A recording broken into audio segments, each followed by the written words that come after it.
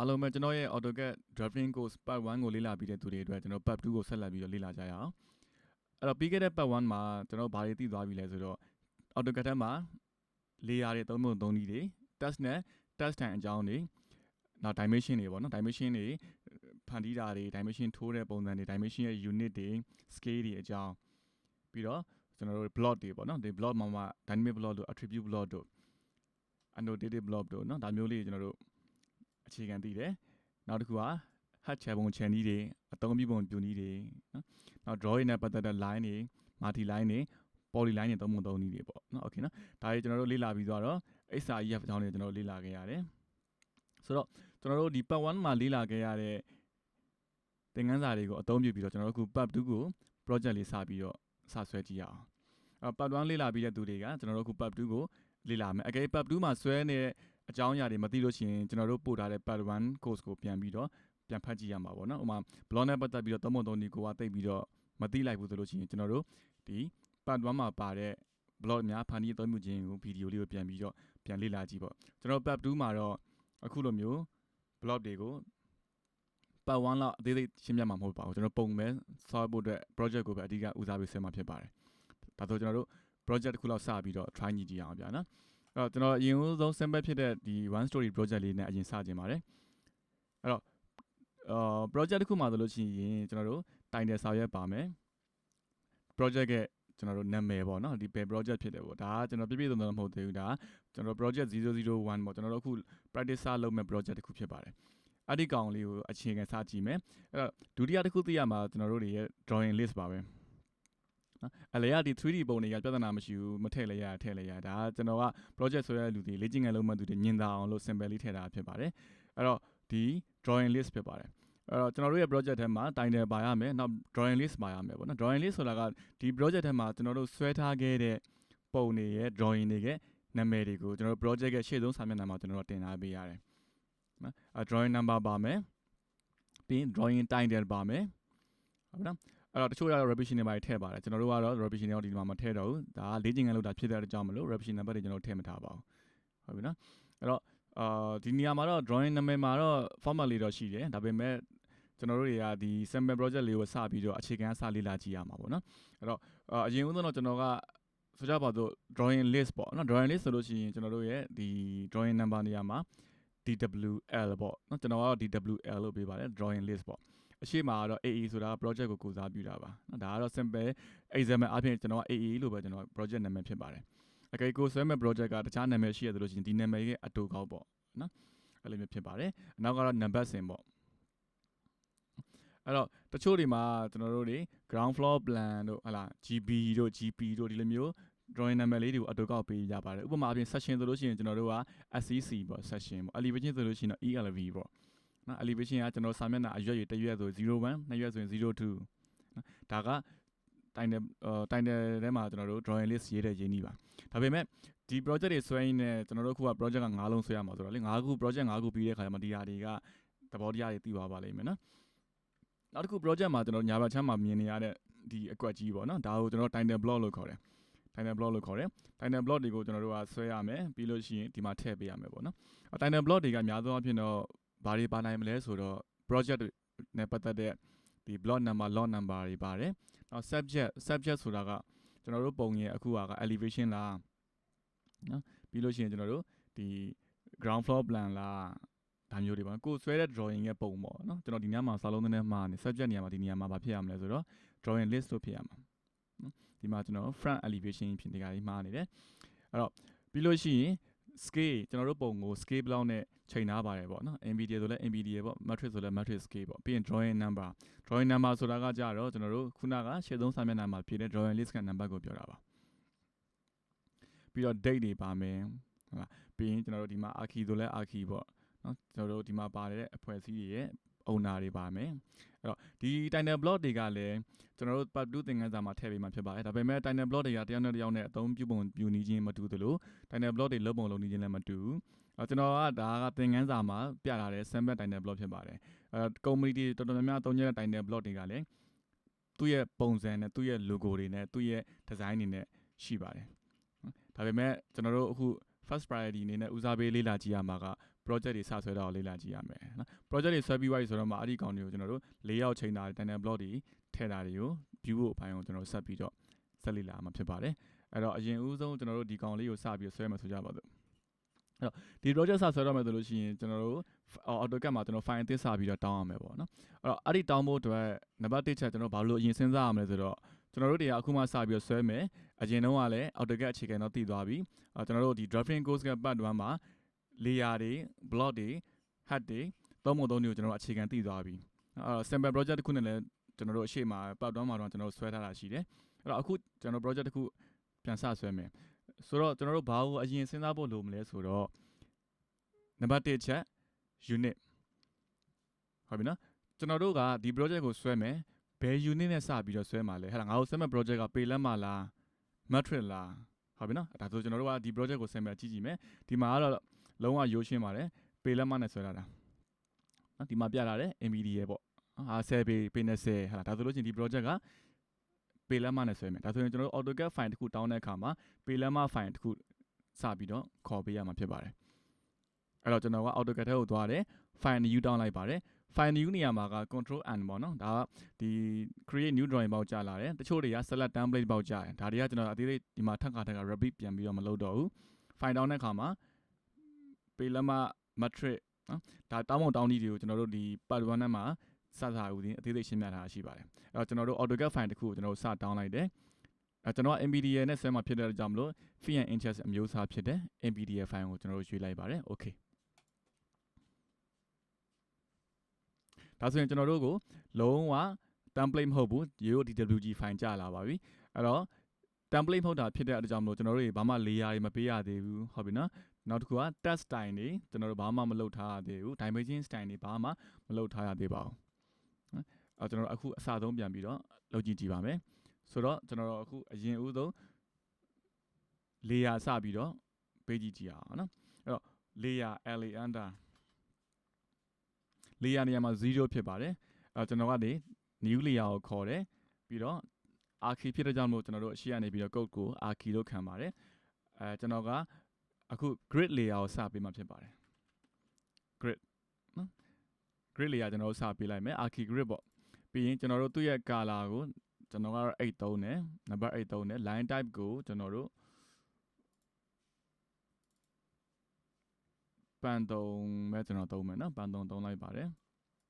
line weight ကိုကျွန်တော်ကတော့ 0.009 သို့မဟုတ် 0.10 လောက်ကျွန်တော်ထားလိုက်မယ်နော် layer နဲ့ပတ်သက်တဲ့အကြောင်းတွေကလည်းကျွန်တော် drafting code part 1နဲ့မှာပါပြီးသားပါပဲเนาะအဲ့ဒီညာလေးမေ့ရဆိုလို့ရှိရင်သွားပြန်ကြည့်ပေးပါအဲ့တော့ grid ကိုကျွန်တော်စပြီးတော့ခေါ်လိုက်ပါပြီဟုတ်လားပြီးရင်ကျွန်တော်တို့0 layer ကိုပဲ select မှတ်ပါတယ်နောက်တော့ new layer ထပ်တောင်းလိုက်တယ် archi ပါပဲကျွန်တော်ကဒီတခါ annotation နဲ့ပတ်သက်တဲ့ကောင်မလို့ကျွန်တော် anno လို့ပေးလိုက်မယ်ပြီးရင်ကျွန်တော်တို့ရဲ့ grid ID ပေါ့နော် grid ID ဆိုတာကဒီ grid name မှာပါတဲ့ A တွေ B တွေ C တွေ grid number 1 2 3အဲ့လိုမျိုးနေရာမှာသုံးဖို့အတွက်ကျွန်တော် layer တစ်ခုထပ်ပြီးတော့ခွဲလိုက်တယ်ဟလားသူ့တော့ကျွန်တော် layer properties တွေကိုကျွန်တော်ဘာမှမပြင်တော့ဘူးဗျာနော်နောက်တစ်ခါကျွန်တော်တို့0 layer ကိုပဲ select မှတ်လိုက်တယ်နောက်တော့ new layer ထပ်တောင်းမယ် archi ဒီတစ်ခါတော့ကျွန်တော်က annotation မှာပဲเนาะ annotation old system မှာပါတယ်ဘာအတွက်သုံးမလဲဆိုတော့ကျွန်တော် dimension အတွက်ကျွန်တော်ပေးပါမယ် dimension ကိုတော့ကျွန်တော်red color နဲ့ကျွန်တော်ရေးမယ်ပေါ့เนาะပြီးရင် line type တွေပါမပြင်တော့ဘူး line width ကိုကျွန်တော်နည်းနည်းလေး short ထားလိုက်မယ် 0.15 လောက်ထားလိုက်မယ်เนาะအခုပုံမှန်အားဖြင့်တော့သူက default ဖြစ်နေတာဟုတ်เนาะ default ဆိုတာပမာဏအားဖြင့် 0.25 လို့ညီမျှတယ်เนาะကျွန်တော်က 0.15 လောက်ကျွန်တော်ထားလိုက်တယ် okay ပြီးတဲ့အခါမှာ archi ပဲကျွန်တော်တို့ wall တွေဆွဲမယ်ပေါ့နော် wall layer ယူလိုက်ပါမယ် wall layer ကိုတော့ကျွန်တော်ကဒီနေရာမှာ color number 5ကိုသုံးပါတယ်သူ့ရဲ့ line type တွေ line weight တွေကိုကျွန်တော်တို့ထူးထွေတော့ပြင်မထားတော့ဘူး okay ဆိုကြပါစို့ကျွန်တော်တို့ layer သတ်မှတ်ပြီးသွားပြီဟုတ်ပြီနော် layer သတ်မှတ်ပြီးသွားပြီအဲ့တော့ unit un under ခောက်ကြည့်မယ်အဲ့ unit ပေးတဲ့အခါမှာကျွန်တော်တို့ပေလက်မတွေဆွဲမှာဖြစ်တဲ့အတွက်ကြောင့်မလို့ကျွန်တော်တို့တွေရဲ့ unit ကို decimal အစား engineering ပြောင်းပေးရမယ်ဟုတ်ပြီနော် angle ကိုလည်း precision ကျွန်တော်တို့ပေးလိုက်တယ် clockwise အမှန်ကြီးချစ်စရာမလိုဘူးเนาะဒီအကြောင်းနဲ့ပတ်သက်ပြီးတော့အကယ် တိတ်ပြီးတော့ကျွန်တော်ပြောတာမြန်နေရသလိုရှိရင်ကျွန်တော်တို့ရှေ့မှာဝယ်ထားတဲ့ဒီ part 1ထဲမှာပါနေတဲ့ဒီ layer အကြောင်းတွေ drawing line type တွေအကြောင်းတွေမှာလည်းကျွန်တော်အသေးသေးထပ်ပြီးတော့ဒီမှာရှင်းပြပေးထားပါတယ်နော်အဲ့မှာကျတော့လုံးဝ detail ပြန်ပြီးတော့ပြန်လေ့လာကြည့်ပါအောင်နော်အဲ့ project ဆွဲဖို့တော့တော်တော်လေးသွားကြရအောင်ကျွန်တော်တို့ဒီနေရာမှာ unit ကိုပေးလိုက်မယ် okay ဒါဆိုရင်ကျွန်တော်တို့ unit ပေးပြီးသွားပြီ layer သတ်မှတ်ပြီးသွားပြီ project စဆွဲတော့မယ်ဟုတ်ပြီဒါပေမဲ့ကျွန်တော်တို့အခုဒီ video ကြည့်နေတဲ့အချိန်ကစပြီးတော့နောက်ပိုင်းလုပ်ငန်းခွင်ရောက်တဲ့အထိတောက်လျှောက်မဖြစ်မနေသတိထားရမယ့်အရေးကြီးဆုံးတစ်ချက်ရှိပါတယ်အဲ့ဒီကောင်ကကျွန်တော် file ကို save လာပဲနော်ခင်ဗျားတို့ဘယ် project ပဲဆွဲဆွဲ project အဟောင်းပဲဆွဲဆွဲ project အသစ်ကိုပဲဆွဲဆွဲအမြဲတမ်း file ကို save တဲ့ option လေးလုပ်ထားပေးပါကျွန်တော်တို့အခုဆိုရင်ကျွန်တော် file save မထားဘူးမေ့ပြီးတော့ကျွန်တော် project တွေဆွဲလိုက်တယ် project ဆွဲပြီးသွားပြီဆိုတော့မှအကယ်၍ AutoCAD ကဟမ်းပြီးတော့ပြုတ်ကျသွားတာတော့ software ကြီးကပိတ်သွားတာဆိုကျွန်တော်တို့ project ကအကောင်းတိုင်းပြန်မရတော့ဟုတ်ပြီနော်project တွေဆွဲနေနေပြုတ်ကျသွားလို့ရှိရင်ဘယ်လို recover ပြန်ခေါ်ရမလဲဆိုတာကိုကျွန်တော်တို့ဒီ part 2 lesson ထဲမှာကျွန်တော်ထည့်ထားပေးပါမယ်အဲ့တော့အဓိကအဖြစ်တော့အချင်းလုပ်ပေးရမှာ control s ပါနော် control ရဲ့ s က control s လေးကိုကျွန်တော်အများနဲ့နှိပ်ထားပေးပါနှိပ်ထားပေးပြီးတော့ကျွန်တော်တို့ဆွဲလေးဆွဲသားရှိတဲ့နေရာကိုယ့်ရဲ့ project ထဲမှာ folder တစ်ခုစောက်ပြီးတော့ကျွန်တော်တို့ project တွေကိုအများတန်း save ထားပေးဖို့လိုအပ်ပါတယ်ဟုတ်ပြီနော်ကျွန်တော်ကတော့ဒီနေရာမှာကျွန်တော် project တစ်ခုကျွန်တော် save ဆေးလိုက်ပါမယ်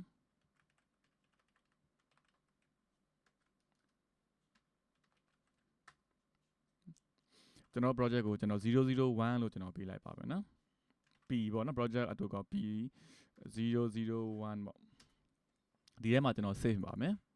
ဟုတ်နော်ဒါကကျွန်တော် file လေးကြောင်းရွေးလိုက်ပြီးသားပြီပြီးရင်ကျွန်တော်တို့ save မဲ့အခု AutoCAD file ရဲ့ project ရဲ့နာမည် project ကျွန်တော်001လို့ပဲကျွန်တော်ပေးပါမယ်နာမည်ပေးပါတယ်နောက် file type တဲ့နော် file type ဆိုတာက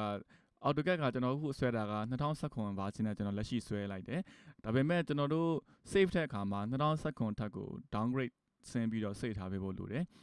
ဘယ်လောက်ထိ save ရမလဲဆိုတော့2010 DWG အမျိုးအစားလောက်ထိကိုကျွန်တော်ခွဲပြီးတော့ save ထားပေးဖို့လိုပါတယ်ဟုတ်ပြီနော် save လိုက်မယ်ဟုတ်ပြီဒါဆိုရင်ကျွန်တော်တို့ project save တဲ့ကိစ္စပြီးသွားပြီဒါပေမဲ့ကျွန်တော်ဆွဲနေနေတဲ့သတိရတိုင်းဘာလုပ်မလဲဆိုတော့ control s လေးကိုကျွန်တော်တို့နှိပ်ထားပေးတဲ့အချင်းလုပ်ထားပေးကျွန်တော်တို့အများနဲ့ပုံဆွဲနေတဲ့စကားပြောနေတာဖြစ်ဖြစ်ပုံဆွဲနေတာဖြစ်ဖြစ်အကယ်၍ဒီအလုပ်လုပ်နေတာဖြစ်ဖြစ်ပုံဆွဲနေနေမှာကျွန်တော်ဘာလုပ်မလဲဆိုတော့ control s လေးကိုမကြာခဏနှိပ်ပေးရတယ်ဒါမှကျွန်တော်တို့ရဲ့ project က save ပြီးသားဖြစ်သွားမှာဟုတ်ပြီနော်တချို့ကတော့အဲ့လိုမလုပ်တတ်ဘူးအားလုံးပြီးတော့မှ save တတ်တယ်အဲ့ဒါကမကောင်းပါဘူးအကယ်လို့တစ်ခုခုကြောင့်ပြတ်သွားလို့ရှိရင်ကျွန်တော်တို့ဆွဲထားရတဲ့အကုန်လုံးအလကားဖြစ်သွားမှာဖြစ်ပါတယ်နော်အဲ့တော့တတိယတိုင်း save ထားပေးပါနော်အဲ့တော့ project save ထားတဲ့ပတ်သက်ပြီးတော့ကျွန်တော်တို့ AutoCAD ရဲ့ option ထဲမှာဘာရှိနိုင်သေးလဲဆိုတော့ project တွေကိုကျွန်တော်တို့ open and save နေရာမှာ automatic save ဆိုတာလေးရှိပါတယ်နော် project တွေကို automatic save အလိုလျောက် save ပေးတဲ့နေရာလေးရှိတယ်ဟုတ်ပြီနော်အလိုလျောက် save တယ်ဆိုတာသူကကျွန်တော်တို့မ save ပေးမယ်သူကဒီမှာ10 minute between save တယ်တစ်ခါ save ပြီးတာနဲ့နောက်ထပ်7 minute ကြာလို့ရှိရင်ကျွန်တော်တို့မ save ပေးမယ်လေ automatic save online ဖြစ်တဲ့ကြောင့်မလို့အလိုလျောက် save ပေးတာမှာဖြစ်ပါတယ်ဟုတ်ပြီနော်ဒီနှစ်ခုအရေးကြီးတာကကျွန်တော်တို့ automatic save ကိုလည်း on အားပေးရမယ်နောက်တစ်ခုက create backup copy with save ဆိုတာလေးလည်း on အားပေးရမယ် backup file အကြောင်းပေါ့နော်ဒါက backup file တွေသဘောတရားတွေရှင်းပြတဲ့ခါကျလို့ရှိရင်ထပ်ရှင်းရပေးပါမယ်အဲ့တော့ project တစ်ခုမှာ backup file ဆိုတာရှိတယ်အဲ့တော့အဲ့ကောင်လေးကိုကျွန်တော်တို့ on အားပေးမယ်ဒါမှမူရင်း project ပြတ်သွားလို့ရှိရင်အဲ့ဒီ backup file ကနေပြီးတော့ကျွန်တော်တို့ file project ကိုပြန်ယူလို့ရမှာဖြစ်ပါတယ်ဒီနှစ်ခုကိုကျွန်တော်တို့အမြဲတမ်း on အားပေးရပါတယ်နော်အဲ့တော့ project save တဲ့ minute ကိုကြာတချို့က3 minute သွားပေးမယ်ဒါဆိုရင်ကျွန်တော်တို့အတွက်ကအဆင်မပြေဘူးနော်အဲ့တော့ပုံတော်မဆွဲရသေးဘူး mouse တစ်ချက် click လိုက်ပြီဆိုတော့3 minute ပြေသွားတော့တခါ project က save လုပ်ပြန်ရောပုံဆွဲရတာကအနှောက်အယှက်ဖြစ်တယ်ဘာကြောင့်လဲဆိုတော့ save နေလို့ရှိရင်ကျွန်တော်ပုံဆွဲလို့မရဘူးခဏစောင့်ပေးရ save ပြီးအောင်လို့ဟုတ်ပြီနော်ကိုယ့်ရဲ့ project ကအရင် site ကြီးတယ်ဆိုလို့ရှိရင် project save တဲ့တိုင်းကနည်းနည်းလေးကြာတယ်အဲ့တော့ဒီနေရာမှာ automatic save က minute ကိုကျွန်တော်တို့ကနည်းနည်းလေးပဲပေးလိုက်ပြီဆိုလို့ရှိရင်သိကြတာကဟလာ keyboard ပေါ်မှာ last တင်လိုက်ပြီဆိုတာနဲ့တခါ save ပြန်ရောပုံကဆွဲရတယ်လို့မရှိဘူးပေါ့နော်အဲ့ဒါဆိုလို့ရှိရင်ကျွန်တော်တို့ကအဆင်မပြေဘူးဆိုတော့ကျွန်တော်ကဒီနေရာမှာသူ့ရဲ့ default ဖြစ်တဲ့10 minute ကိုပဲကျွန်တော်တို့ထားပေးလိုက်ပါတယ်အဲ့ဒီနေရာလေးမှာချက်ပြင်ပေးလိုက်ပါမယ်ပြီးရင် okay တော့ဒါဆိုရင်ကျွန်တော်တို့ပုံလေးစပြီးတော့ဆွဲဖို့ ready ဖြစ်ပါပြီ okay နော်ဒါဆိုရင်ကျွန်တော်တို့ဒီကောင်လေးစပြီးတော့ဆွဲကြည့်ရအောင်အဲ့တော့ပုံစဆွဲမယ်ဆိုတော့ကျွန်တော်တို့တွေရဲ့ project ရဲ့ပုံကိုကြည့်မယ်ဟဲ့လား အစာအုပ်လေးကတေးသေးလေးပါပဲကျွန်တော်တို့ overall အနေနဲ့ဆိုလို့ရှိရင်ဒီကောင်ကဘယ်လောက်ရှိလဲဆိုတော့ပေ20ပေ40နော်ပေ40 20ပေါ့ဒါပေမဲ့ကျွန်တော်တို့ဒီနေရာတွေကိုဘာနဲ့စပြီးတော့အရင်စဆွဲရမလဲဆိုတော့ project ရဲ့ grid ကစပြီးတော့ဆွဲပါတယ် grid line ပေါ့နော် grid line ကစဆွဲမယ်အဲ့တော့ project တေးသေးလေးပဲဆိုတော့ project အကြီးပဲဆွဲသဘောတရားတွေအကုန်လုံး concept တွေအကုန်လုံးကတော့ကျွန်တော်တို့အခုပြောပြတာနေရတော့ကျွန်တော်သိတဲ့ shoot down ကပြောတာပါနော်အတူတူပါပဲအခုပေ20လေးဆွဲရလို့ပေ40လေးဆွဲရလို့ project အကြီးဆွဲရင်မဆွဲတတ်ဘူးဆိုတာမျိုးတော့မရှိပါဘူးသဘောတရားကအတူတူပဲပေ20ပဲဖြစ်ဖြစ်ပေ100ပဲဖြစ်ဖြစ်အခုကျွန်တော်တို့ဆွဲမဲ့ sequence step by step ကတော့သဘောတရားအတူတူပါပဲကျွန်တော်ကတော့ grid line ကကျွန်တော်စချပါတယ်ဟုတ်ပြီနော် grid line စဆွဲပါမယ် grid line ကိုကျွန်တော်တို့ပုံမှန်အစာအုပ်ထက်ကိုကျွန်တော်ကြော်ပြီးယူထားပေးရပါမယ်နော်အဲ့တော့ vertical grid ရှိမယ် ABC ရှိပါတယ် horizontal grid က1 2 3 4 5ဆိုပြီးတော့ကျွန်တော်တို့ရှိပါတယ်ဟုတ်ပြီနော်အဲ့ vertical grid ကျွန်တော် ABC စချကြည့်အောင်အဲ့တော့ပုံနေစဆွဲတော့ခါ layer ကိုအမြဲတမ်း check လုပ်ပေးရပါတယ်ကျွန်တော်ဆွဲမဲ့ layer ကပုံမှန်အားဖြင့်တော့ default က0ဖြစ်တယ်နော်အဲ့တော့အခုမှ project စဆွဲမဲ့သူတွေအများဆုံးဖြစ်တတ်တာက project setting တော့ချတယ်ဒါပေမဲ့ဆွဲတဲ့အခါမှာ layer တွေကို current မတင်ဘူးမတင်မဲနဲ့0 layer ကြီးနဲ့ပဲ default ဆွဲနေတဲ့ခါကျတော့ layer တွေကပေးထားပါတယ်ဒါပေမဲ့ကျွန်တော်တို့တွေတကယ်သုံးတာလားဆိုတော့မသုံးတာဘူးဒါဆိုရင်ကျွန်တော်တို့ကအဆင်မပြေဘူးဗျ okay အဲ့တော့ကျွန်တော်တို့ layer နေရာမှာကျွန်တော်က grid စဆွဲမှာဆိုတော့ grid ပေါ့ grid layer ကိုပေးတယ်ဟုတ်ပြီနော်အဲ့ဒီမှာကောင်းတာတစ်ခုကကျတော့တချို့ကမေးတယ်ကျွန်တော်တို့ limit တွေပေးကြတယ် limit ကိစ္စကလည်းအများနဲ့ပြဿနာရှိပါတယ် limit ပေးရမှာလား limit မပေးရဘူးလားဆိုတဲ့မေးခွန်းတွေရတယ်အများနဲ့ဖြေနေရတဲ့မေးခွန်းလို့ဖြစ်နေရပါတော့limit ဆိုတာကကြတော့ကျွန်တော်တို့ project တစ်ခုဆွဲမဲ့ boundary ပေါ့limit မပေးလို့လည်းမှားတယ်လို့ပြောလို့မရဘူးဗျနော် limit ကိုမဖြစ်မနေအများတန်းပေးကိုပေးရမယ်လို့လည်းပြောလို့မရဘူးကိုသုံးတက်လို့ရှိရင်တော့ပေးပေါ့ကိုမသုံးတက်လို့ရှိရင်တော့မပေးဘူးပေါ့ပေးလဲရတယ်မပေးလို့မှားရဆိုတာမျိုးရလို့တော့လည်းသတ်မှတ်လို့မရဘူးဗျဒါပေမဲ့ limit ပေးလိုက်မယ်ဆိုလို့ရှိရင်ဘာဖြစ်သွားနိုင်မလဲဆိုတော့ကျွန်တော်တို့တွေများသောအားဖြင့်ပုံစဆွဲလိမှာဖြစ်တတ်တဲ့ဆွဲတော့ဆွဲလိုက်တဲ့ဆရာရဲ့ကျွန်တော်တို့ပုံကမပေါ်ဘူးလို့မမြင်ရဘူးလို့ပြဿနာတွေရှင်းသွားပါလိမ့်မယ်ဟုတ်ပြီနော်နမူနာတစ်ခုကျွန်တော်ပြပြမယ်ကျွန်တော်အခုဒီနေရာမှာကျွန်တော် line တစ်ကြောင်းစဆွဲမယ်ပေါ့နော်ကျွန်တော် line တစ်ကြောင်းဆွဲမယ်ကျွန်တော်ဆွဲမဲ့ line ကကျွန်တော်ပေ50ဆွဲမယ်ပေါ့ okay 50ပေထည့်လိုက်ပြီ enter အဲ့ဒီ50ပေ line ကိုကျွန်တော်အပေါ်ကိုကျွန်တော်ပေ30 offset ပြစ်တယ်ပေါ့နော် offset ပေ30အပေါ်ကိုကျွန်တော်ပြစ်လိုက်တယ်ဒါပေမဲ့ပြဿနာဒီမှာမပေါ်ဘူးဟာဆရာရဲ့ကျွန်တော်ပေ30ပြစ်လိုက်တယ်မပေါ်ဘူးကျွန်တော် version ကြောင့်လားမသိဘူးအဲ့လိုမဆိုင်တာရှောက်တွေ့ရနော်မဆိုင်ပါဘူးဒီ version နဲ့မဆိုင်ဘူးကျွန်တော်ပြပြဒါပေမဲ့ပေ30မပေါ်အကိုအဲ့ဆိုကျွန်တော်ပြပြမယ်အကို zone ချုံကြည့်ပေးပါ zone ချုံလိုက်တယ်မမြင်ရဘူးဆရာဒါမျိုးတွေပေါ့မဟုတ်ဘူးအမှန်တော့ရှိတယ်ပေ30ဟိုးအဝေးယူရောက်နေတာဒါပေမဲ့ကျွန်တော်တို့ကခုနမူလအနေထားဒါမျိုးဖြစ်နေတဲ့ခါကျတော့ကျွန်တော်တို့ offset ပြစ်လိုက်တဲ့ပေ30ကမမြင်ရတော့ကျွန်တော်တို့ရဲ့ဒီ screen display ရဲ့အပေါ်ကိုကြော်နေတာပေါ့အဲ့တော့ကျွန်တော်တို့ကပြဿနာကအဲ့ဒီပြဿနာအများနဲ့ဆက်ဆက်ဆွဲလီမှာပြဿနာဖြစ်တယ်မမြင်ရဘူး offset ပြစ်တယ်ထပ်ပြစ်တယ်ထပ်ကတလဲပြစ်တယ်ဒါပေမဲ့လည်း offset ပြစ်လိုက်တဲ့လမ်းကြောင်းမမြင်ရဘူးနော်တကယ်လို့ဒါကျွန်တော်တို့ကအဲ့ဒီနေရာမှာ limit ကိုပေးရမယ်ပေါ့နော်ကျွန်တော်ခုနလိုပဲကျွန်တော်ပြန်ဆွဲပြမယ် limit ကိုကျွန်တော်ပေးပါမယ်ဟလာ limits limit enter နော် limit ကိုကျွန်တော်တို့ lower left corner တဲ့နော်0.0 ကနေပြီးတော့ကျွန်တော်ကပေ200ပတ်လဲကျွန်တော်ပေးမယ်ပေါ့နော် upper right corner 200ပေ200ပေ enter ပြီးရင် zoom out လုပ်မယ် set enter enter okay ဒါဆိုကျွန်တော်တို့အခု display မှာမြင်နေရတဲ့အခု area ကြီးကဘယ်လောက်ဖြစ်သွားလဲဆိုတော့ပေ200ပတ်လဲလောက်အကျယ်ဝန်းကိုကျွန်တော်တို့ကတခါတည်းမြင်မင်းကချုပ်မိသားဖြစ်သွားတယ်အဲ့တော့ကျွန်တော်ခုနကလို့ကျွန်တော် line ကြောင်းကျွန်တော်ဆွဲလိုက်မယ်ဟလာဘယ်လောက်ဆွဲမယ်ပေ50ဆွဲမယ် offset အပေါ်ပေ30ပြင်မယ်ဒါဆိုရင်ကျွန်တော်တို့ limit ကပေ200လောက်ဒီမြင်ကွင်းကိုချဲ့တာဖြစ်တဲ့အကြောင်းမလို့ပေ50လောက် line ကတော့ကျွန်တော်တို့ AC တွေလေကျွန်တော်တို့ display ထဲမှာမြင်နေရတယ်ပေါ့အဲ့လိုပြဿနာတွေကျွန်တော်ရှင်းသွားပါတယ်ဒါပေမဲ့တချို့ကတော့ limit မပေးဘူး limit မပေးဘူးဆိုလို့ရှိရင်လေ limit ကမပေးလို့မှားတယ်လို့တော့ပြောလို့တော့မရဘူးဗျဟုတ်ပြီနော်ဒါဆိုရင်ကျွန်တော်တို့ limit နဲ့ပတ်သက်တဲ့သဘောတရားအခြေခံသိလောက်မှထင်ပါတယ်ဒါကကျွန်တော်သိတဲ့ sheet တော့ကရှင်းပြတာဖြစ်ပါတယ်အဲ့တော့တခြားသောကျွန်တော်ထပ်ပို့ပြီးတော့တွေ့ကြုံရှိတဲ့ဆရာတွေပြောပြတာကိုလည်းကျွန်တော်တို့ထပ်ပြီးတော့လေ့လာကြည့်ဖို့လည်းလိုပါသေးတယ်ဗျနော်โอเคဒါဆိုရင်ကျွန်တော်လေနည်းနည်းရှိတာများသွားပြီအဲ့တော့ ကျွန်တော်ပုံလေးနည်းနည်းလေးစပြီးတော့ဆွဲကြည့်ရအောင်ဗျာနော်